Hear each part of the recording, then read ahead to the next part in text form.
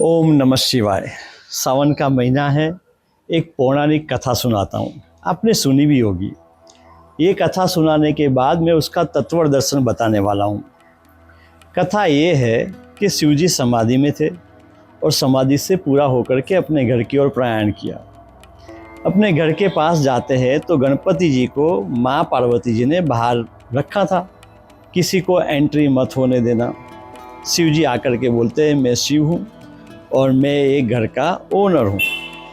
गणपति जी कहते हैं, नो, मुझे माता जी का आदेश है कि मुझे किसी को एंटर नहीं होने देना है।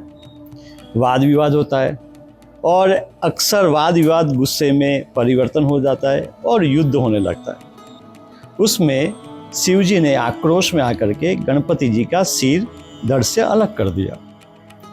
ये सब होने के बाद माँ पार्वती जी जैसे बाहर आते हैं और वो देख रहे अपने बच्चे की ये हालत, तो शिवजी के साथ उनका भी वाद विवाद हो जाता है। और पत्नी तो पत्नी होती है, चाहे शिवजी की हो हमारी हो, वो जरा और आक्रोश करती है और उसकी जीत के कारण शिवजी मान जाते हैं कि चलो ये बच्चे को जीवित करते हैं। तो गणों को आदेश दिया जाता है कि आप जाओ वो दिशा में और जो भी पहला जीव मिले उसका सिर धड़ से अलग करके लेके आओ। ऐसा कहा जाता है कि लाइफ में हिस्ट्री में पहली बार पृथ्वी पे हेड ट्रांसप्लांट हुआ था। तो वो गण जाते हैं, हाथी मिलता है, हाथी का सिर धड़ से अलग किया जाता है और वो सिर गणपति जी के ऊपर लगाया जाता है। अब ये स्टोरी आप सबने सुनी होगी, लेकिन उसके पीछे क्या तत्व दर्शन आपने सोचा? तो क्वेश्चन भी तो होना चाहिए ना। क्वेश्चन ये होना चाहिए कि गणपति जी छोटे बालक थे। अब सोचो, उसका गला इतना छोटा, हाथी का इतना बड़ा, वो कैसे सेट करना कितना डिफिकल्ट था। दूसरा कि शिवजी समाधि से आने के बाद भी क्या इतना आक्रोश कर सकते? कोई ध्यान और समाधि के बाद आने के बाद क्या इतना गुस्से हो सकता है? ये भी क्वेश्चन होना चाहिए। तीसरा, शिवजी तो आदि योगी माने जाते हैं, उनके पास सारी सिद्धियाँ थी। गणपति जी से उलझने की जरूरत क्या थी? ऐसे ही घर में एंटर हो जाते।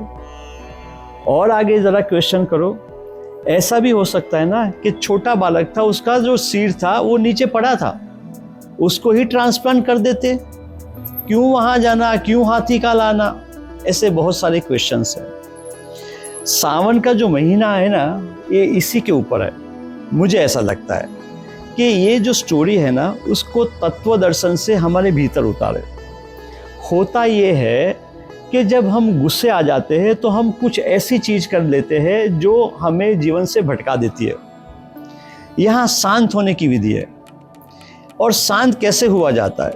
तो गणपति जी का जो सिर था ना, वो हमारे जैसा सिर की बात नहीं हो रही है। ये सिर में जो षड्रिपु भरे हुए हैं, काम, क्रोध, लोभ, मोह, मद और मत्सर, उसको काटने की विधि है। ये कोई स्टोरी ऐसी नहीं है कि शिवजी इतना तो पागलपन नहीं कर सकते, एक बच्चे का सिर काट ले और हाथी का लगा ले।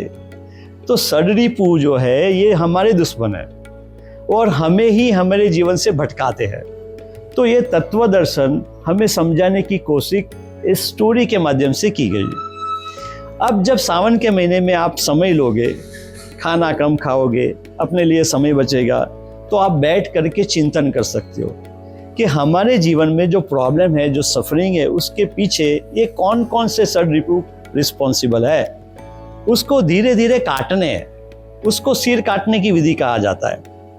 जब वो आप उसको रिलीज कर लोगे ये सारे षड्रिपु को, तो भीतर जो प्रकट होती है ना शांति, भीतर जो प्रकट होता है ना आनंद, वो इतना बढ़िया होता है कि इसलिए गणपति जी को पूजा जाता है। सर्वप्रथम देव गणपति, बिकॉज वो शुभ है, वो लाभ है और रिद्धि सिद्धि उसी को प्रकट की हुई है। सो आइए सावन के महीने में ये जो स्टोरी है ना, उसका रियल अर्थ समझे और अपने जीवन में उतारे।